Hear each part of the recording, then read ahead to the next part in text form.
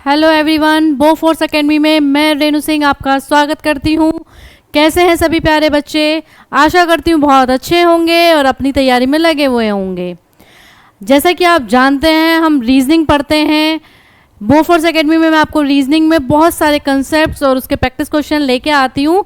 आज हम बिल्कुल नए कॉन्सेप्ट के साथ आपके सामने आए हैं। आज का जो कंसेप्ट है, आज है कैलेंडर। कैलेंडर से रिलेटेड बहुत सारे क्वेश्चन आपके यूपी सैनिक, ऑल इंडिया लेवल पर भी, आरएमएस में भी, नवोदय विद्यालय में, सभी जगह पर आपसे कैलेंडर से क्वेश्चन आता ही आता है।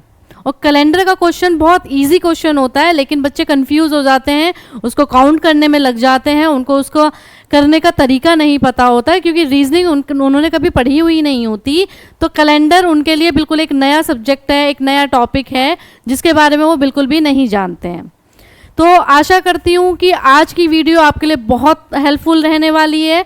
आज आप अपनी इस वीडियो में कैलेंडर में बेसिक चीज़ें होती क्या हैं, क्या उसका इंट्रोडक्शन है, कैलेंडर में हम क्या क्या चीज़ें यूज़ करते हैं, आज एक आपको इंट्रोडक्शन दूंगी। देन नेक्स्ट अपनी क्लास में मैं आपको हर तरह के क्वेश्चन, हर तरह के टाइप के क्वेश्चन के डिफरेंट टाइप्स ऑफ क्वेश्चन मैं आपको कराने वाली हूँ जो नेक्स्ट वीडियोस में। लेकिन आज उससे पहले हम उसका कंसेप्ट समझेंगे। बच्चे क्या करते हैं, ट्रिक वाली वीडियोस देख लेते हैं। वो ट्रिक वाली वीडियोस उनको थोड़े टाइम के लिए याद रहती हैं, लेकिन वो भूल जाते हैं। तो इसके पीछे का बेसिक क्या है, कंसेप्ट क्या है, ये समझना ज़रूरी है। तो इसको समझने के लिए आज मैं आपके सामने पूरा इंट्रोडक्शन लेके आई हूँ कैलेंडर का। तो आइए मेरी इस क्लास को मेरे साथ बने रहें और पूरी वीडियो देखने की कोशिश करें, ताकि आपको कैलेंडर का जो बेसिक है वो चलता कैसे है, कैसे उसमें कैलकुलेशन होती है, वो सारी चीज़ें मैं आपके सामने समझाने वाली हूँ आज।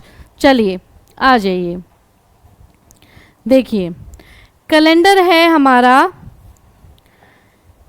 कैलेंडर के अंदर सबसे पहले आपको पता होते हैं, कैलेंडर में डेज होते हैं, ठीक है।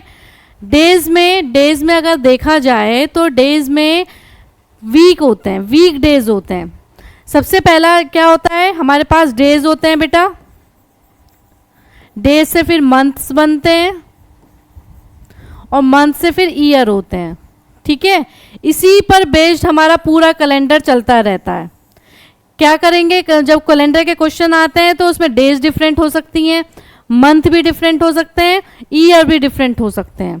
और बहुत से क्वेश्चन ऐसे आते हैं जिसमें डेज और मंथ डिफरेंट हैं लेकिन ईयर सेम है। कुछ क्वेश्चन ऐसे आते हैं जिसमें मंथ और ईयर सेम है, डेट आपकी चेंज है, ठीक है। तो हर तरह के क्वेश्चंस को किस तरह से हमें करना है, हमारे सामने बड़ा चैलेंज हो जाता है ये, जब अगर हमने कैलेंडर पढ़ नहीं रखा होता तो उस क्वेश्चन को सॉल्व करना, ठीक है। डेज की मैं अगर बात करूं तो आप सभी जानते हैं डेज होते हैं हमारे 7। वीक में 7 डेज होते हैं। जो पूरा हमारा महीना बनता है वो days of week off days होते हैं। उसमें पूरे कितने डेज होते हैं, 7 होते हैं पूरे एक वीक के अंदर। ये तो बात सभी जानते हैं, पूरे 7 डेज होते हैं वीक के अंदर, संडे टू सैटरडे। कैलेंडर के अंदर जब भी हम अपने कैलेंडर की बात करेंगे तो संडे से स्टार्ट करेंगे और सैटरडे पे हम ख़त्म करेंगे। कुछ चीज़ें आपको याद रखनी होंगी, क्योंकि कई बार जब बच्चे कैलेंडर पढ़ रहे होते हैं तो मंडे से स्टार्ट करते हैं, तो उनका कंसेप्ट थोड़ा सा चेंज हो जाता है, ठीक है। उनकी कोडिंग में थोड़ी सी दिक्कत आ जाती है। तो कोशिश करो कि संडे से स्टार्ट करो। संडे हमारा 0 कोड होता है और हमारा सैटरडे 6 कोड होता है। बताऊंगी ये कोडिंग क्या है मैं, ठीक है बच्चों। चलिए, 12 मंथ्स होते हैं। इसके बाद जैसे मंथ की बात करते हैं तो कितने मंथ्स होते हैं हमारे पास, 12 मंथ होते हैं। 12 month January, February, March, April and so on, आप सभी जानते हैं, मंथ नेम मुझे लेने की ज़रूरत नहीं है। तो 12 मंथ होते हैं डेज के बाद। और ईयर जो होते हैं वो आप सभी जानते हैं। अभी हमारा कौन सा ईयर चल रहा है, 2025 चल रहा है, ठीक है। 12 मंथ्स में उसके रिस्पेक्टिव डेज होते हैं। डेज हम कैसे काउंट करते हैं, बहुत से लोगों ने 30, 31 का जो कंसेप्ट है उसको याद करने की भी कोशिश करी होगी। आप लोग छोटे बच्चे हो तो आप उसे याद करने की कोशिश करोगे, हमें याद नहीं करना। मैं बहुत अच्छी सी ट्रिक बताती हूँ आपको। ये वाला हैंड है आपका, ठीक है, ये हैंड सभी को नज़र आ रहा है। इस हैंड पर हमें कैसे करना है बच्चों, जनवरी, फिर नीचे जो हमारे ये यहाँ जो गड्ढा होता है इसे फेब्रवरी, फिर ऊपर मार्च, फिर अप्रैल, फिर ऊपर मई, फिर जून, फिर जुलाई, देन दूसरे हाथ में अगस्त, सितंबर, अक्टूबर, नवंबर, दिसंबर। इस तरह से हम 30 और 31 को काउंट करते हैं। मंथ में कितने डेज हैं ये काउंट करने के लिए रटने की ज़रूरत नहीं है। ये जो हमारी ट्रिक है ये बहुत पुरानी ट्रिक है, बहुत से बच्चे जानते भी होंगे, जो नहीं जानते वो ये देखो, जनवरी में 31, फरवरी में 28, 29 होते हैं, लीप ईयर होता है अगर हमारा, तो इसके बारे में बात करेंगे।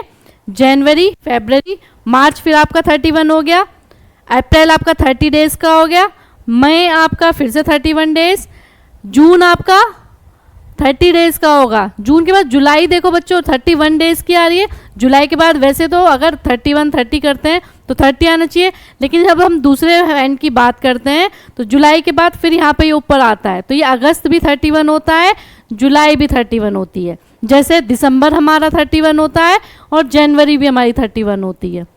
अगस्त, सितंबर 30 डेज का होगा, अक्टूबर 31 डेज का होगा, नवंबर 30 डेज का होगा और दिसंबर 31 डेज का होगा। तो 30 और 31 डेज को आप इस तरह से याद रख सकते हैं, क्योंकि सभी छोटे बच्चे हैं, हम लोगों ने भी जब हम छोटे थे तो हमें भी इसी तरह से, इसी ट्रिक से, बहुत पुरानी ट्रिक है, ऐसा नहीं है कि कोई नई ट्रिक मैं आपके सामने लेके आई, बहुत पुरानी ट्रिक है, बिल्कुल याद रहती है, हमेशा रटने की ज़रूरत नहीं है। तो डेज होंगे 7, 12 मंथ्स होंगे, जिसमें डेज आपको कैसे काउंट करोगे 30, 31, इसके अकॉर्डिंग आप याद करते हो। अब बात करते हैं ऑर्डिनरी ईयर जो होता है आपका, जो नॉर्मल ईयर होता है उसमें होते हैं 365 डेज। जो ऑर्डिनरी ईयर है आपका उसमें कितने डेज होते हैं 365 डेज होते हैं, लेकिन लीप ईयर के अंदर आपके 366 डेज होते हैं। ऐसा क्यों होता है?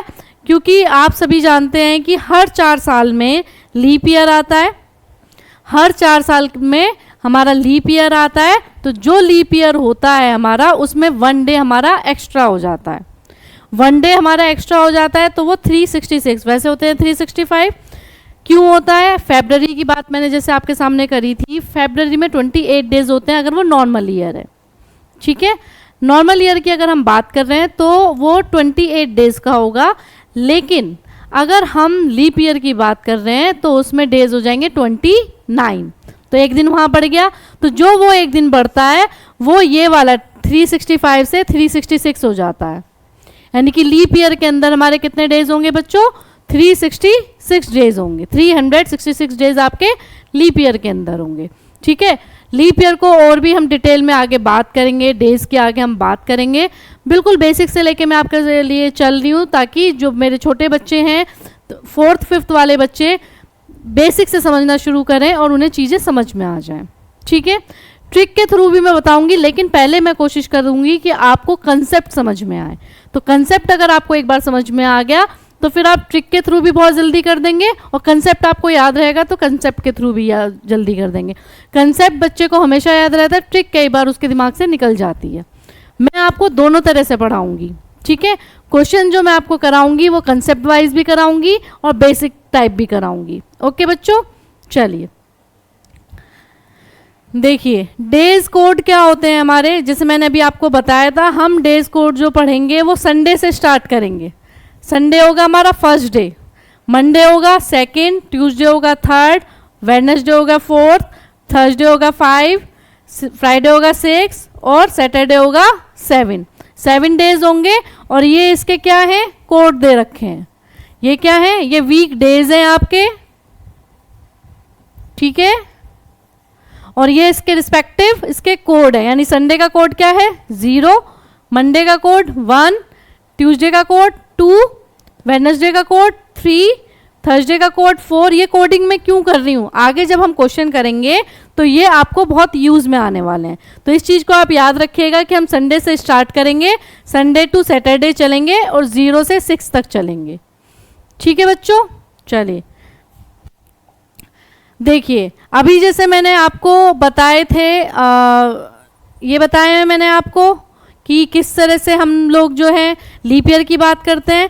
लीप ईयर के साथ साथ हमारे और डेज से पहले मैं आपको कुछ और समझाना चाहूँगी कि लीप ईयर कंसेप्ट है क्या। लीप ईयर कंसेप्ट का मतलब है जो ईयर 4 से पूरी तरह से डिवाइड हो जाता है। जो भी ईयर 4 से पूरी तरह से डिवाइड हो जाता है वो हमारा लीप ईयर कहलाता है। ठीक है, जैसे अभी लास्ट ईयर हमारा 2024 जो था वो लीप ईयर था क्योंकि वो 4 से पूरी तरह से डिवाइड था। अगर रिमाइंडर बचता है हमारे 4 से डिवाइड करने के बाद, दैट मीन्स वो ईयर हमारा लीप ईयर नहीं होगा। ठीक है, लीप ईयर कैसे निकालते हैं? Divided by 4। 4 से हम क्या करते हैं? डिविजिबल बाय 4 होगा तो वो क्या हो जाएगा? हमारा लीप ईयर हो जाएगा। इसी तरह से लीप ईयर के साथ साथ ईयर में हम 3 चीज़ें देखते हैं। ठीक है, ईयर में एक होता है नॉर्मल ईयर, एक होता है आपका लीप ईयर और एक होता है आपका सेंचुरी ईयर।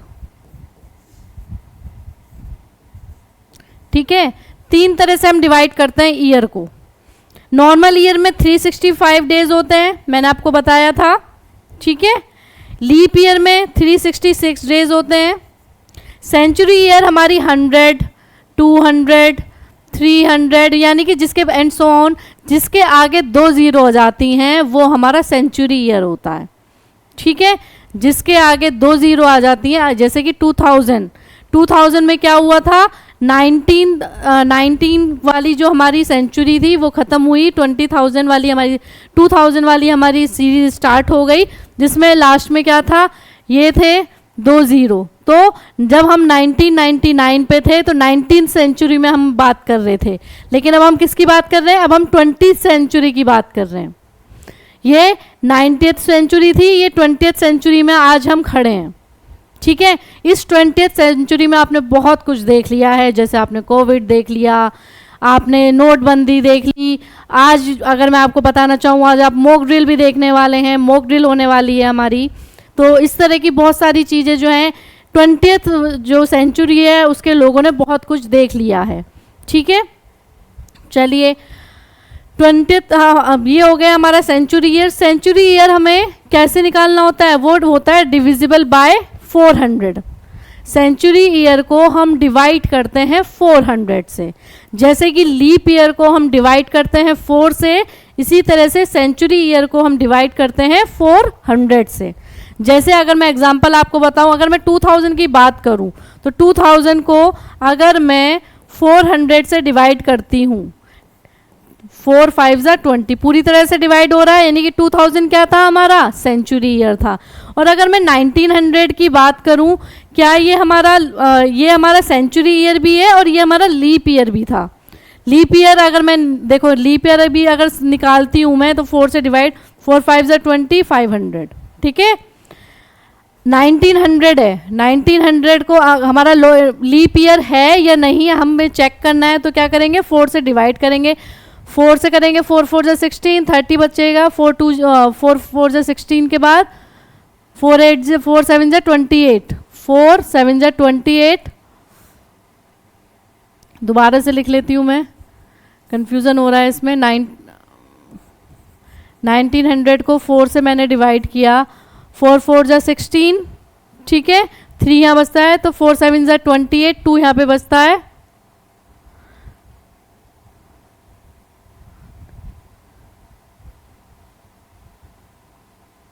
ये भी आपका लीप ईयर ही होगा। 1900 भी आपका क्या होगा? लीप ईयर होगा, क्योंकि पूरी तरह से हमारा डिविजिबल है। ठीक है, पूरी तरह से हमारा क्या है? डिविजिबल है। तो आशा करती हूँ लीप ईयर और सेंचुरी ईयर में डिफरेंस आपको समझ में आ गया होगा। सेंचुरी ईयर को हम 400 से डिवाइड करते हैं और लीप ईयर को हम 4 से डिवाइड करते हैं। ठीक है, देखिए ओड डेज कंसेप्ट हमारा क्या कंसेप्ट है? अब आता है हमारा ओड डेज का कंसेप्ट। ओड डेज का मतलब क्या होता है और कैसे हम ओड डेज निकालते हैं? अगर आप देखो, हमारे किसी भी मंथ में 30 और 31 डेज होते हैं बेटा। ठीक है, 30 और 31 डेज के बाद हम वीक उसमें से निकाल दें। जैसे कि अगर 30 को हम 7 से डिवाइड करते हैं,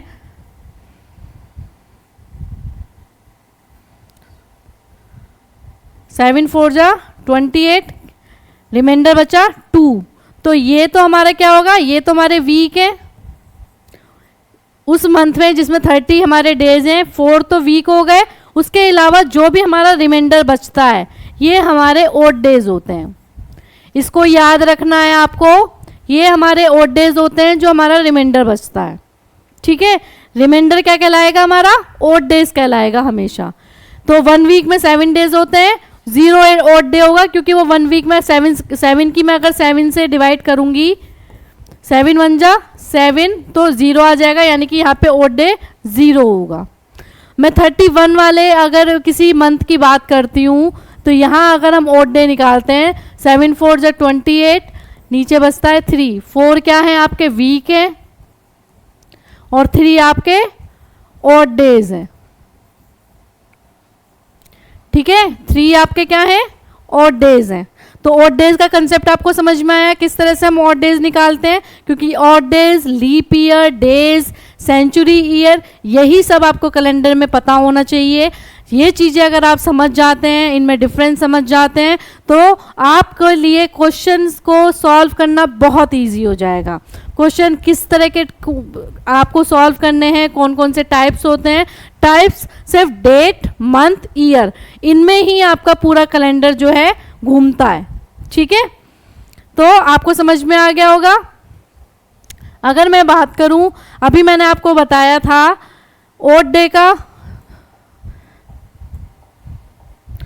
देखो एक आपको मैंने ऑड डे बता दिया। अब जो सेंचुरी ईयर में होता है उसमें कितने ऑड डेज होते हैं, जो सेंचुरी ईयर होते हैं हमारे, उसमें कितने ऑड डेज होते हैं, वो आपको एक ट्रिक याद रखनी है। जैसे मैं 100 से स्टार्ट करती हूँ तो 100 में कितने ऑड डेज होंगे, 5 डेज होंगे, 5 ऑड डेज होंगे। 200 में 3 ऑड डेज होंगे, 300 सेंचुरी में 1 ऑड डे होगा, 400 में 0 हो जाएगा। 400 में 0 क्यों हो जाएगा, क्योंकि 400 को जब आप 400, क्योंकि जब हम सेंचुरी ईयर निकालते हैं तो 400 से डिवाइड करते हैं, तो ये आपका कितना हो जाएगा, 0। इसमें कोई आपका रिमाइंडर नहीं बचेगा, ठीक है। जब हम 500 सेंचुरी की बात करते हैं तो फिर से ये रिपीट हो रहा है, देखो फिर से हमारा क्या हो रहा है, फिर से रिपीट हो रहा है। तो इसी तरह से 400, 800, 1200, 1600 हर बार 0 ऑड डेज होंगे आपके, और अगर 100 पे तो 5, 200 पे तो 3, 300 पे तो 1, 400 पे तो 0। इसी तरह से आप काउंट कर सकते हो। आपने सुना होगा 5310, नोकिया का एक फ़ोन आता था 5310 का आता था, उसी से आप इस डिजिट को याद रख सकते हो। तो सेंचुरी 100 से जब हम स्टार्ट करते हैं तो ऑड डेज 100 में 5 होंगे, 200 में 3 होंगे, 300 में 1 होंगे, 400 में 0 होंगे। ये आपको ट्रिक है याद करने की, क्योंकि बहुत से बच्चे बार बार निकालते हैं तो उसमें टाइम वेस्ट होता है, ठीक है।